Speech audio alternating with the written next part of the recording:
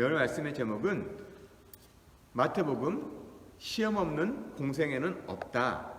복음은 마귀 시험을 직면케 합니다. 성도에게 준비된 현장이 광야입니다. 광야는 고난과 축복이 함께 공존하는 현장입니다. 고난 없는 축복은 없습니다. 그래서 성도에게 있어서 고난의 깊이와 신앙의 깊이는 비례합니다. 여러분, 예수를 믿으면요, 이 땅에서 부유하고 모든 것이 다 잘 된다고 주장하는 번영신학은 그리스도 예수의 고난을 외면합니다. 하지만 성도의 진짜 실력은 고난 가운데 그리스도 예수로만 드러납니다. 코로나19를 겪으면서 텅 빈 이 예배당을 볼 때마다 마음이 많이 아픕니다. 그러면서도 한편으로는 이제부터 진짜 교회됨에 대해서 고민하고 예수님께서 보여주신 이 교회됨을 깊이 삶으로 살 것을 다짐하게 됩니다. 여러분이 예수님을 처음 만났을 때가 언제입니까? 저는 제 개인적으로 대학에 들어가면서부터 교회라는 곳을 알게 되었고 군대에서 세례도 받았지만 예수님을 역사적인 존재로만 여겼습니다. 그러니 신앙생활도 모르고 교회에 대해서도 전혀 몰랐죠. 그러다가 대학 4학년 때 복음이 귀에 들어왔습니다. 그래서 이 귀에 들어온 그 복음으로 말미암아서 나에게 찾아오신 예수님을 만나게 되었습니다. 일반적으로 그럴 때 눈물, 콧물 흘리는 아주 뜨거운 만남이라기보다는 로마서 8장 26절의 말씀, 성령의 탄식하심이 그 성령의 탄식하심에 대한 인격적 동의와 예수님께서 내 하나님 되심을 인정함으로 만나는 만남이었어요. 세상에 어떤 신이 피조물인 또한 열등한 존재인 사람을 보고 탄식할 수가 있겠습니까? 마음이 아파할 수가 있습니까? 그런 신은 존재하지 않지요. 그것이 제게는 굉장히 인격적으로 다가왔습니다. 그래서 예수님께서 나에게 다가와서 만나주신 그 말씀으로 저는 예수님을 만났습니다. 그렇기 때문에 성경 말씀으로 들려주시는 너는 내 아들이다, 내가 너를 낳았다라고 하는 이 놀라운 시편 기자의 고백이 제 자신의 고백이 되었고, 성삼위일체 하나님과 동행하는 삶을 지금까지 살아오게 되었습니다. 근데 이처럼 놀라운 하나님과의 만남 이후 제 자신의 삶이 늘 순탄하고 구름 위의 산책처럼 그런 삶을 살았을까요? 전혀 그렇지 않습니다. 우여곡절이 정말로 많습니다. 정말 그 깊은 골짜기가 너무나도 많습니다. 물론 지금도 이를 악물고 견디고 있는 시간입니다. 그러면서 돌아보고 또 돌아보면 제 믿음이었다면요, 만약에 내 믿음이었다면 아마 견디지 못했을 거예요.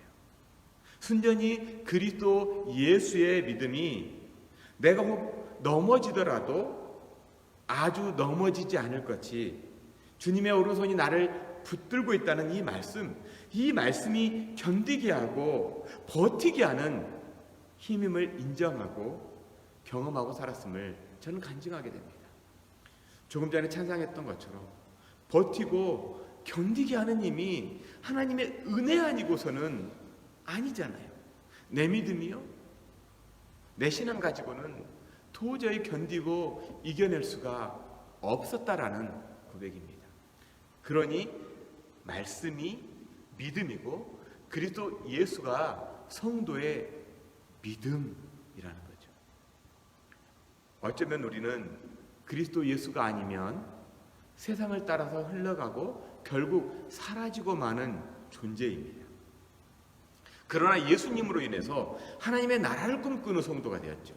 그리고 이 땅에서 거룩을 갈망하는 하나님의 자녀됨을 누리고 있습니다. 그리스도 예수로 인해서 말이죠. 그렇기 때문에 그리스도인의 정체성이 허무에서 의미로 바뀐 존재가 된 겁니다. 무의미에서 의미가 있는 존재로 바뀌었다는 거죠. 그런데 말입니다, 이처럼 엄청난 변화에도 불구하고 우리가 살아가고 또 살아내야 하는 이 땅은 결코 넉넉하지만 않습니다.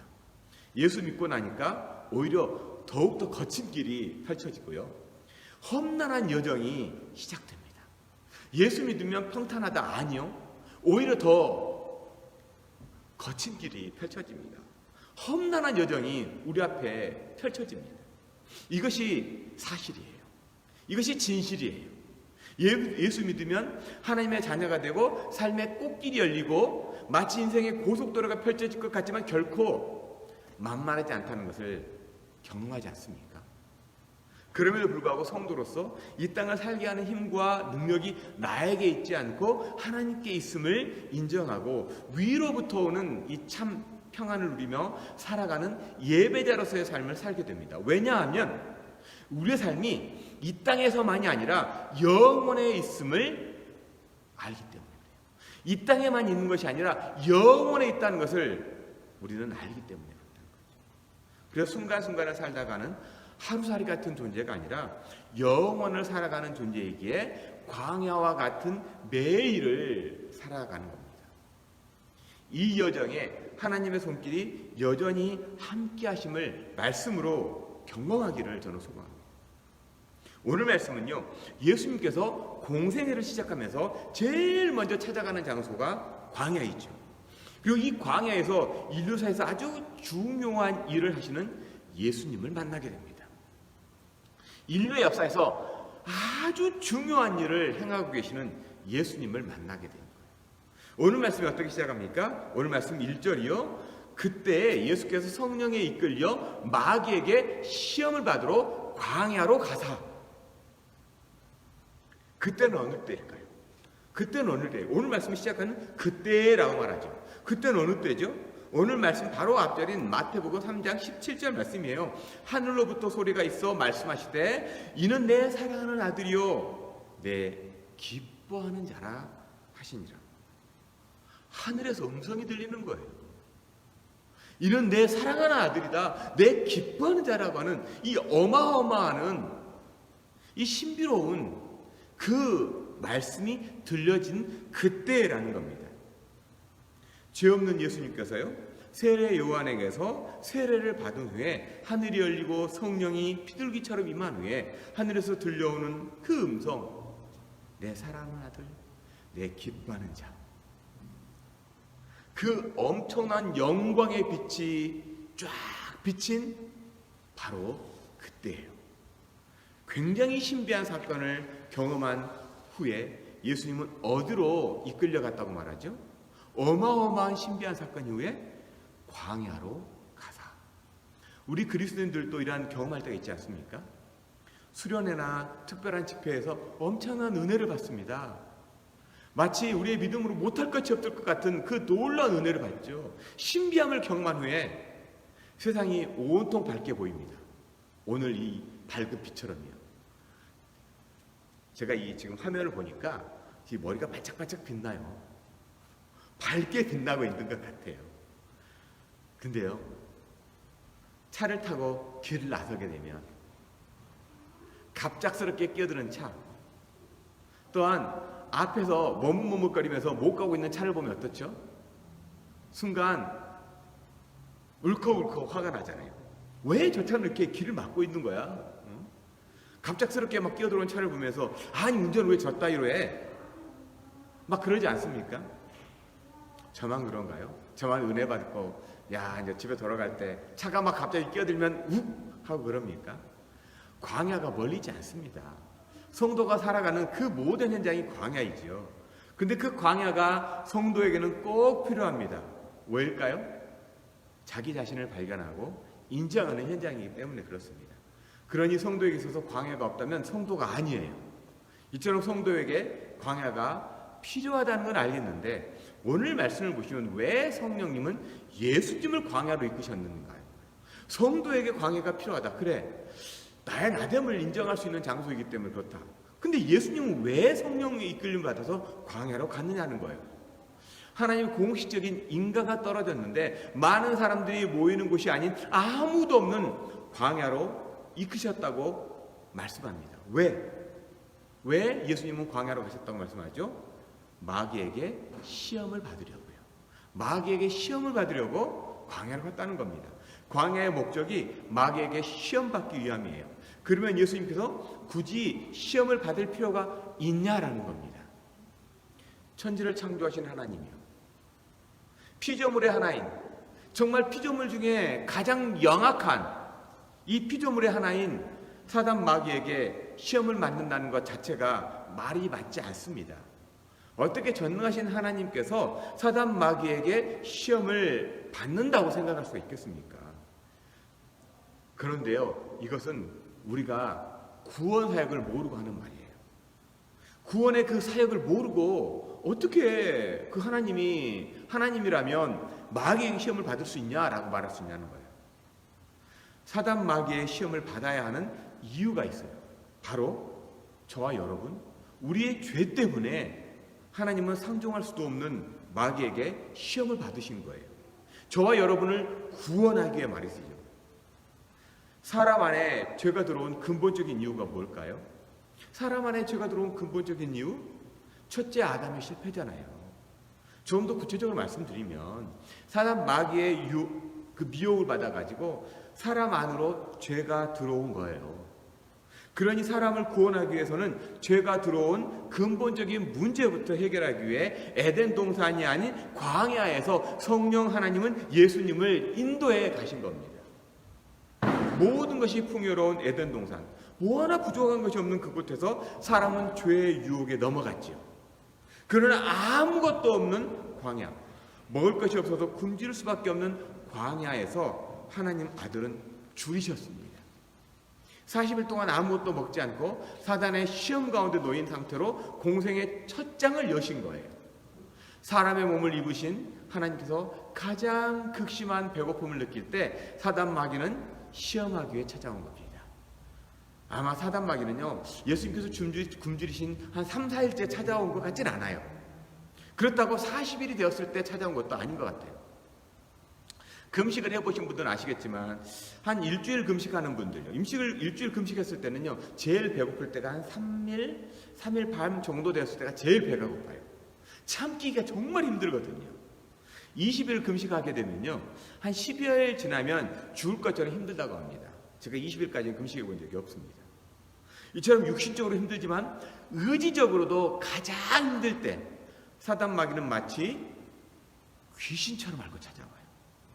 그리고 가장 연약할 때 가장 연약한 부분을 파고들고 공격합니다. 말씀드린 것처럼 에덴 동산에서 부족한 거 없는 것, 그 딱 하나, 선악을 알게 하는 실과만 빼놓고 그야말로 풍요로운 상태 아니었습니까? 사단은 뭐가 뭔지, 뭐가 부족한지 제일 잘 알아요. 그 결핍을 파고드는 거예요. 그 결핍을 사단 마귀는요, 파고들어요. 우리 가정 안에서도 그 결핍을 파고듭니다. 우리 신앙에서도 결핍을 파고들어요. 우리가 자라면서 자라온 그 환경 속에서 자라온 그 결핍을 사단 마귀는 가장 잘 알고 파고 들어옵니다. 그래서 가장 연약한 하와를 유혹하는 거죠. 이로 인해서 죄가 사람 안으로 들어오게 되고 죄 아래 살아가는 존재가 됩니다. 첫째 아담의 실패, 죄의 유혹에서 회복하기 위해 둘째 아담으로 예수님은 이 땅에 오신 겁니다. 그러니 공생의 시작은 사단의 유혹을 이겨내심으로 시작하는 거예요. 그 마귀는 예수님의 가장 연약할 때 어떻게 공격합니까? 오늘 말씀 3절에 보면 시험하는 자가 예수께 나와 이르되 내가 만일 하나님의 아들이거든 명하여 이르되 이 돌들을 떡덩이가 되게 하라. 무슨 말입니까? 예수, 네가 하나님의 아들이라고? 그러면 돌을 떡으로 만들어 봐. 그래서 허기부터 좀 달래봐. 그러면 돌을 떡으로 만든 너를 보고 많은 사람들이 우와, 메시아가 나타났다, 바로 인정해 줄 것 아니냐. 십자가는 무슨 십자가? 바로 고속도로가 쫙 놓일 텐데, 메시아라고 인정받는 것이 쫙 놓일 텐데 왜 그렇게 미련하게 굴어? 바로 돌들로 떡덩이가 되게 하라는 거예요. 이게. 단지 배고픔만 면해라는 게 아니에요. 사람들의 인정을 받을 거라는 거죠. 그리고 사람들의 관심을 끌어서 예수 네가 하고 싶은 그 모든 말들에 대해서 사람들이 다 인정하게 될 거야 라는 겁니다. 그랬더니 예수님께서 어떻게 답을 하시죠?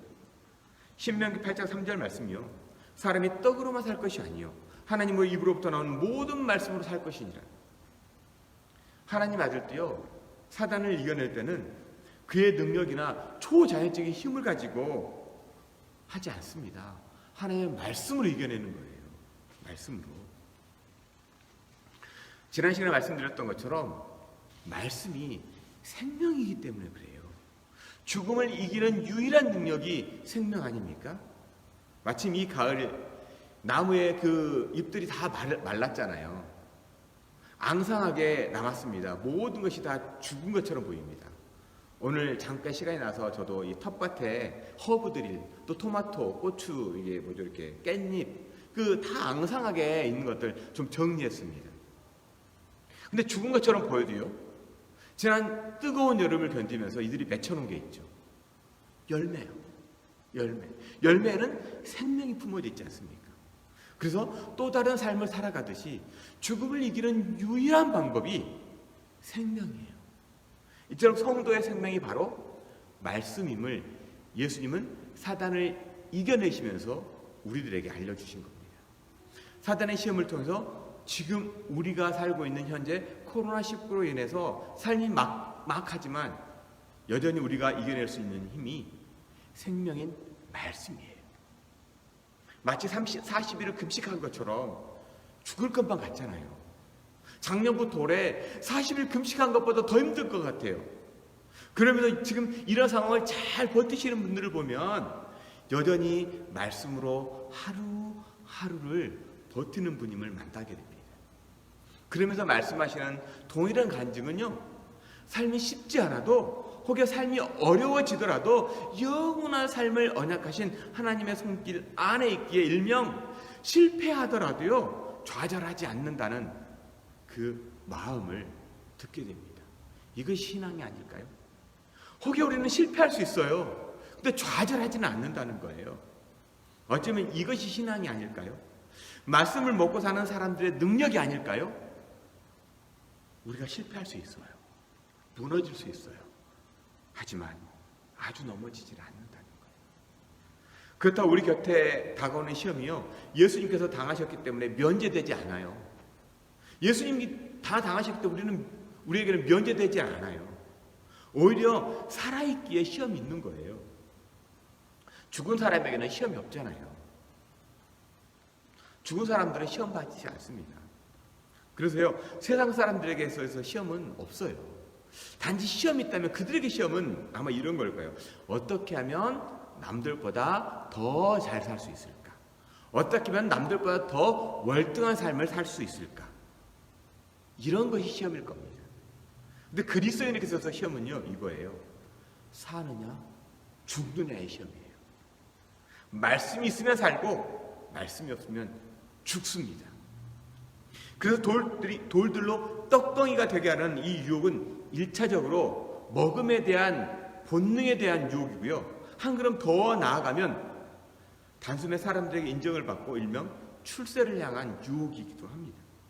근데 참으로 안타까운 것이요, 이런 유혹을 만족하기 위해서 찾아오는 것이요, 교회라는 사실이에요.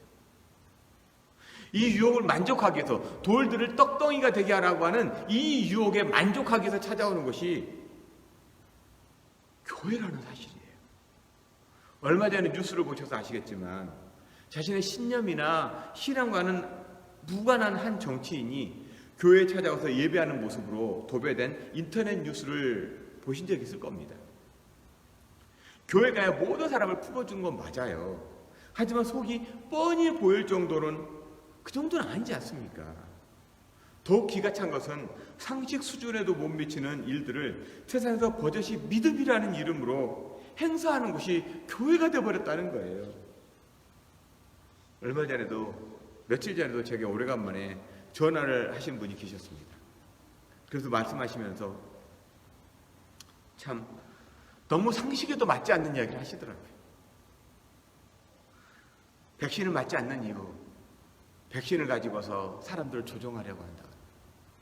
백신 패스를 가지고서 사람들을 마치 이렇게 그 사단의 666 바코드 그런 것처럼 말씀하시더라고요. 상식이 통하지 않잖아요. 상식이. 우리 그리스도인의 믿음이 이 상식이 통하지 않는 믿음입니까? 상식 위에 있는 게 믿음 아닙니까? 상식을 뛰어넘는 믿음이 아닙니까? 오죽했으면 가짜뉴스의 소비자들이에요. 가짜뉴스의 신봉자들이 모인 것이 교회라는 말이 나오겠습니까? 시험을 분별하고 견디며 이겨내는 것은 고사하고 시험과 유혹을 따라가는 집단으로 전락하므로 오히려 세상이 근심하는 것이 일명 성도들이 되어버린 것은 아닌지 씁쓸함만이 남습니다. 씁쓸함만이. 현재 한국교회와 성도를 보시면서 과연 이러라고 예수님은 공생애를 시작하시면서 금식하셨을까 하는 안타까움이 남습니다. 이건 정치적으로 드리는 말씀이 아니에요. 상식에도 못 미치는 수준이라 안타깝다는 거예요. 예수님께서 광야에 가신 이유는요, 분명 사단에게 미혹을 받기 위해서이지만 미혹을 즐기거나 따르는 것이 아니라 이기기 위해서 이끌려 가신 거잖아요. 그것을 이기기 위해서요. 상식을 넘어 하나님의 나라를 시작하기 위해 광야에 가신 겁니다.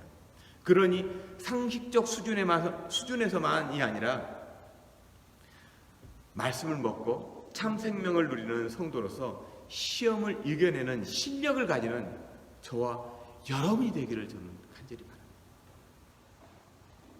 말씀을 먹고 이 땅을 이겨내는 그 실력을 가진 성도가 되기를 저는 간절히 축복해요. 오늘 말씀 또한 5절과 6절 같이 읽어볼까요? 5절 말씀, 5절 6절 말씀. 이에 마귀가 예수를 거룩한 성으로 데려다가 성전 꼭대기에 세우고 이르되 내가 만일 하나님의 아들이거든 뛰어내리라.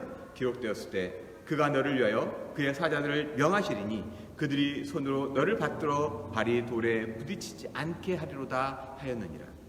예수님께서 말씀으로 이제 마귀의 시험을 이기잖아요. 그랬더니 마귀가 들고 나온 게 뭐죠? 마귀가 들고 나온 것이 말씀이에요. 말씀으로 이제 예수님을 시험하는 거예요. 마귀가 하나님의 말씀을 모를 거라고 여러분 생각하지 마십시오.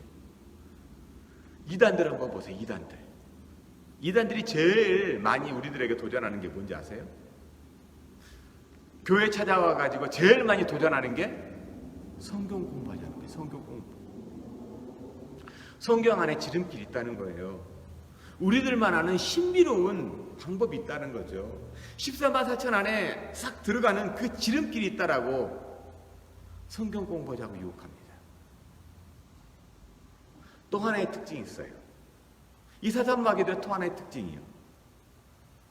한 번 거부했다고 그냥 두지 않는다는 거예요. 이렇게 저렇게 속이기 위해서 접근하고 유혹합니다. 오늘 말씀에 등장하는 마귀가 그렇지 않습니까? 그러니까 선줄로 생각하거든 넘어질까 조심하라고 했던 이 바울 사도의 처절한 이 절규가 들리는 것 같아요. 그렇습니다. 우리 신앙생활은요, 매일이 시험이고 도전입니다. 한 번 이겨냈다고 다 이겼다고 착각하지 말라는 겁니다. 마귀가 이제 예수님 어디로 데려갑니까? 성전 꼭대기에 세우고, 여기에 성전은요, 성소와 지성소로서 이루어지는 성전이 아니에요. 건물로서의 성전입니다. 그 성전이 나올 때 이 단어가 사용되는 게 그 성전이에요. 마치 여러분 교회라고 하면요, 우리는 예수 그리스도를 품은 사람들의 모임을 교회라고 알잖아요. 그잖아요. 우리가 교회라고 할 때는 그리스도인들의 모임을 교회라고 알고 있잖아요. 하지만 일반 사람들이요, 세상 사람들에게 있어서 교회는 뭐예요? 빨간 벽돌로 십자가 높은 첨탑 연상하듯 그 건물로서 교회예요. 그러니까 마귀가 세계에서 제일 크고 높은 교회당이 있는 꼭대기로 데려갔다는 거예요. 성도들의 모임이 아니에요. 그냥 큰 건물. 세계에서 제일 큰 건물은 한국에 다 있다고 그러잖아요. 5개인가요? 4개인가? 한국에 다 있다고 그럽니다. 그러니까 그 건물 꼭대기에 데리고 올라간 거예요. 그러면서 시편 91편 11, 12절 말씀을 가지고 뛰어내려봐. 그러면 천사들이 나타나서 네 발이 땅에도 닿기 전에 천사들이 딱 붙들어 주잖아. 그래서 하나도 상하게 하지 않을 거야. 이렇게 유혹을 하는 거예요. 말씀이 그렇게 있잖아. 여러분, 나중에 예수님께서요, 성소와 지성소가 있는 성전 청결을 하실 때 제사장과 대제사장들, 그들과 부딪히잖아요. 근데 만일 네가 지금 성전에 딱 뛰어내려가지고 천사들이 딱 붙들어주면 제사장과 대제사장들이 어떻게 했어요? 굳이 대립각을 세울 필요도 없잖아. 네가 바로 메시아구나, 메시아가 오셨다라고 사람들이 추앙하지 않겠니? 그러니까 한번 뛰어내려봐. 말씀도 있으니까. 이렇게 미혹하는 거예요. 굉장히 혹하지 않습니까? 말씀에도 있고 네가 그렇게 되면 많은 사람들이 메시아라고 바로 인정해 주잖아. 근데 이 유혹 앞에 예수님이 어떻게 답하시죠? 7절 말씀이요. 예수께서 이르시되 또 기록되었을 때 주 너의 하나님을 시험하지 말라 했느니라 하시니, 주 너의 하나님을 시험하지 말라. 무슨 의미일까요? 내 생명의 안전을 담보로 하나님을 시험하지 말라는 거예요. 네 생명을 담보로 하나님을 시험할 수 있는 분이 아니라는 거예요. 혹여 네가 뛰어내려 가지고 천사가 와서 붙들어도 하나님은 하나님이고, 그렇지 않고 땅에 딱 넘어져 가지고 오징어가 되어도 하나님은 하나님이시다라는 거예요.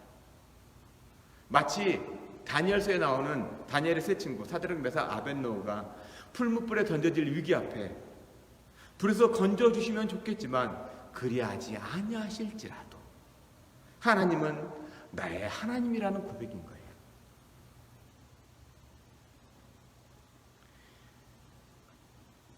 그래서 이 마귀의 유혹을 무기력하게 만들어버린 거잖아요. 이것이 바로 그리스도인의 고백이에요. 그리하지 아니하실지라도 내가 간절히 바라고 원하는 것, 내 생명이 마치 여기서 끝날 것 같은데, 그래서 나를 건져주지 아니하실지라도, 내가 이 자리에서 죽을지라도, 그래도 하나님은 나의 하나님이십니다 라는 고백이에요. 이것이 바로 주 너의 하나님을 시험하지 말라라고 하는 예수님의 말씀인 겁니다. 성령님의 인도로 예수님은 광야에 이끌어 오셨습니다. 왜냐하면 공생애를 시작하기 위해 마귀의 시험을 받으려고 광야로 나오신 거죠. 마치 한국에 요즘 다음 대통령을 위해서 여러 사람들이 출마했잖아요. 그런데 한 나라의 대표가 된다고 하는 것은 개인적인 그 욕망의 자리가 아니라 많은 사람들을 섬기고 봉사해야 하는 자리이죠. 그래서 후보로서 자격을 검증하는 시간을 갖습니다. 그래서 이를 위해서 살아온 배경과 그 사람의 철학, 그리고 미래의 비전까지 꼼꼼하게 살펴보고 공동체의 대표로서 뽑아주잖아요. 이제 한 나라의 대표를 뽑는데도 검증이 필요하다면 온 인류를 구원하실 하나님의 아들에게 있어서 마귀의 시험은 공생의 시작을 알릴 뿐만 아니라 예수님도 이처럼 시험과 검증을 통과하셨다라는 거예요. 그러니 예수님을 따르는 저와 여러분 어떻게 했습니까? 시험과 검증의 과정이 우리들에게 있다는 거예요. 그래서 우리의 인생길 광야가 있다는 것이 하나님의 자녀됨이라고 하는 거예요. 단지 여기에서 낙원으로 세상으로 돌아가느냐, 아니면 성도의 성령의 인도하심을 받고 끝까지 공적 영역의 삶을 살아내느냐의 차이일 뿐인 거예요. 저와 여러분의 삶은요, 그리스도인으로서 개인의 삶이 아니에요. 이 땅에서 공적인 성도의 삶인 거예요. 그런 의미에서 이 땅에서의 성도로서의 모임, 이 교회가 비난을 받고 욕을 먹는 현실이 안타깝지만 오히려 공생애를 살아야 하는 막중한 권리와 의무가 주어졌다는 것을 인정함으로 예수님을 따라서 이겨내는 저와 여러분이 되었으면 좋겠습니다. 이 교회는요 공적인 영역에 속해 있어요. 그러니까 늘 검증의 과정, 시험이 늘 우리들 곁에 있다라는 거예요. 어쩌면 이 코로나19는요 교회를 검증하는 과정인지도 모릅니다. 코로나19는요 말씀으로 다가와서 유혹하는 것과 똑같은 거예요. 여기에 우리는 언제나 주 너의 하나님을 시험하지 말라는 말로 언제나 이겨내야 한다는 거예요.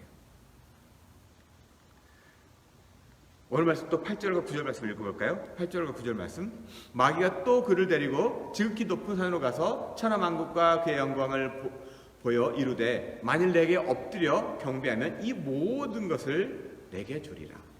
마귀의 세 번째 시험은요, 지극히 높은 산으로 예수님을 데리고 가죠. 그러면서 천하만국을 그리고 그 영광을 다 보여줍니다. 근데 저는 이 말씀에서요, 두 가지 질문이 생겨요. 먼저는 마귀가 예수님을 성전 꼭대기로 지극히 높은 산으로 데리고 갈 수 있는 존재냐는 거예요. 또 다른 하나는 마귀가 천하만국과 영광을 줄 수 있는 권리를 가지고 있는가 하는 거예요. 공중 권세 잡은 자로서 성경은 기록하지만 천하만국과 영광은 마귀의 소유가 아닙니다. 온 세상을 여전히 다스리고 운행하시고 통치하시는 분은 하나님이죠. 그런데 여기에 속아서 천하만국과 영광을 누릴 수만 있다면 일명 영끌, 영혼까지 다 끌어다가 바치는 거 아닙니까? 그래서 내 영혼이라도 팔아서 돈만 벌 수 있다면, 더 나은 자리로 나갈 수만 있다면, 출세할 수 있다면, 이것이 세상을 살아가는 가치관 아닙니까?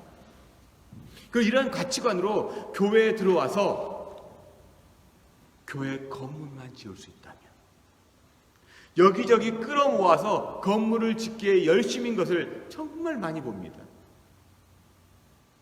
영혼을 끌어들여서라도 단임 목사로 갈 수만 있다면 학력이라도 이주하죠. 근데 여러분, 예수님은 뭐라고 말씀하십니까? 우리가 경배할 때는 오직 하나님 한 분이라고 못을 박으며 물러가라고 명령하지 않습니까? 사단을 향해 강력한 명령, 물러가라, 사단아 물러가라. 어디서 많이 들어본 말씀 아닙니까? 나중에 예수님께서 공생의 중반을 넘어서요, 사람들은 나를 누구라고 하느냐라고 하는 그 질문 앞에 베드로가 주는 그리스도시요 살아계신 하나님의 아들입니다 라는 그런 고백을 합니다. 바로 그리고 그 고백 바로 위에 이제 예수님께서는 십자가에 대해서 말씀해 주시죠. 그랬더니 제자들이 막 안 된다고, 그리고 베드로가 막 나서서 절대로 그럴 수는 없다라고 펄쩍펄쩍 뜁니다. 이때 예수님께서 사탄아 물러가라 라고 명령하시죠. 여러분, 사단 마귀가 언제까지 예수님을 따라갈까요? 사단 마귀가 언제까지 예수님을 따라갑니까? 가론 유대에게 들어가서 예수님을 팔 생각을 하게 합니다. 예수님이 잡히시기 전날 밤 6월절 만찬의 자리에서까지 누가 더 높으냐고 하는 실랑이를 벌이게 하죠. 그리고 결국 예수님께서 십자가에 달리십니다. 그 십자가에 달렸을 때 군중 안으로 들어가서 네가 하나님의 아들이라면 내려와봐 외치게 만듭니다. 사단은 끊임없이 우는 사자처럼 산길자를 찾아 배회하죠. 이런 현장 한가운데 예수님은 근데 교회를 세웠다는 거예요. 이런 현장 한가운데 교회를 세우셨어요. 그래서 교회는 사단 마귀와의 전쟁터입니다. 세상은 사단의 영역이에요. 일명 속된 말로 세상은 사단의 나와바리죠. 그러니 겉으로만 보면 세상은 그리스도인에게 있어서 기울어진 운동장이에요. 그렇다면 이미 2000년 전에 교회는 끝났어야죠. 하지만 지금도 여전히, 그리고 다시 오실 주님을 위해 세워진 교회는 세상 안에서의 소망으로 자리 잡고 세상을 구원하는 통로로 사용되어졌고 지금도 여전히 사용되어지고 있으며 앞으로도 여전히 사용될 겁니다. 왜냐하면 사단아 물러가라 명령하시는 우리 주 예수님께서 다스리시기 때문에 그렇습니다. 이처럼 예수님께서 명령했더니 11절 이에 예수를 떠나고 천사들이 나와 수종드니라. 마귀는 떠났습니다. 하지만 이것은 끝난 것이 아닙니다. 잠시 공격을 멈추고 뒤로 물러난 거예요. 이미 말씀드렸던 것처럼 예수님께서는 십자가에 오르실 때까지 계속해서 쫓아갑니다. 사단을 물리친 예수님은 이제 공생애가 본격적으로 시작된 거예요. 에덴 동산에서 첫째 아담의 실패를 이겨내고 회복하기 위해 둘째 아담으로 오신 예수님께서 죄를 이겨내고 멸하기 위해서 십자가를 향한 여정이 시작된 겁니다. 결국 십자가를 통해서 사단은 박살이 나고 이 땅에 그리스도인들이라는 새로운 인류가 탄생이 되는 겁니다. 저와 여러분 신인류예요. 신인류. 그래서 요한복음이 시작하는 1장 10절에서 영접하는 자 그 이름을 믿는 자들에게는 하나님의 자녀가 되는 권세를 주셨다라고 말씀하시면서 13절에 이렇게 말합니다. 이것은 혈통으로나 육종으로나 사람의 뜻으로 나지 아니하고 오직 누구에게 난 자라고요? 누구에게? 하나님께로 난 자라는 거예요. 저 여러분 하나님으로부터 태어난 자들. 신인류예요. 신인류. 지금까지 사단의 종으로 사단의 자녀로 살았는데 이제는 하나님의 자녀로 태어났다는 거예요. 그러기 위해서 예수님은 공생애를 시작하면서 광야에서 이 세 가지의 유혹을 이겨내신 겁니다. 예수 그리스도로 말미암아 새롭게 태어난 인류, 저와 여러분 성도예요. 성도. 근데 이 성도의 삶 앞에 예수님께서 시험을 받으신 것처럼 우리도 동일하게 시험이 놓여 있습니다. 하지만 이 시험을 우리는 혼자 감당하도록 두시는 분이 아니라고 히브리서 기자는 간증하죠. 히브리서 2장 18절 말씀. 그가 시험을 받아 고난을 당하셨음 즉 시험 받는 자들을 능히 도우실 수 있느니라. 예수님께서 이미 시험을 받으셨기 때문에 그럴 때 우리를 도우실 수 있는 거예요. 예수님은 추상적으로 뭐 아프겠구나 힘들겠구나 하는 분이 아니에요. 내가 당해봐서 알아. 얼마나 네가 힘든지. 내가 겪어봐서 알아. 네가 지금 얼마나 고통스러운지. 그렇게 도우실 수 있는 분이라는 거예요. 여러분, 믿음의 깊이는 고난의 깊이라고 하는 믿음의 선배들은 들려주지 않습니까? 그러니 고난 없는 신앙은 없습니다. 지금 이 순간에도 우리 삶에 찾아온 고난을 통해 하나님을 예배하는 성도로서 더욱 자라가는 저와 여러분이 되기를 저는 소망합니다. 광야를 통과하도록 불기둥, 구름기둥, 만나, 메추라기를 먹여주셨죠. 그리고 인도하셨던 것처럼 인생길 광야지만 그 광야에서 이기신 예수님을 붙들고 한 주간도 믿음의 깊이를 더해가는 저와 여러분이 되었으면 좋겠습니다. 이 가을, 이제 겨울이 다가오지 않습니까? 점점 깊어지는 이 가을에 우리의 믿음도 더욱더 깊어졌으면 좋겠어요. 주변을 탓하거나 환경을 탓하거나 하기보다 믿음이신 예수님께서 말씀으로 이기셨던 것처럼 우리도 말씀을 먹으면서 말씀을 먹고 그 말씀으로 이겨내는 올 한 해의 마무리가 되었으면 좋겠습니다. 그것이 시작이고 그것이 열매 맺는 삶이기 때문에 그렇습니다. 우리 앞에 놓인 시험을 이길 수 있는 능력, 성령님의 인자하심과 거룩의 능력을 달라고 우리도 기도했으면 좋겠어요. 우리는요, 우리의 믿음으로 이겨내지 못해요. 나의 믿음 갖고는 이미 말씀드렸던 것처럼 버티고 견딜 수 없습니다. 우리를 버티고 견디게 하는 그 힘은 그리스도 예수의 믿음이에요. 예수님께서 지금도 저와 여러분에서 하늘에서 중보하고 계시다, 기도하고 계시다는 걸 믿으시기 바랍니다. 성경이 그렇게 말씀하고 있기 때문에 그렇습니다. 그럴 때 우리는 하루하루를 버틸 수 있는 거예요. 예수님의 믿음이요. 그 믿음으로 나도 견디게 해달라고. 그래서 한 주간도 믿음으로 살고 믿음으로 견디며 믿음으로 승리하는 저와 여러분이 되게 해달라고 기도했으면 좋겠습니다. 그리고 그 기도로 성령 충만을 누리고 한 주가 더 넉넉히 이겨내는 저와 여러분이 되기를 주님의 이름으로 간절히 축복하고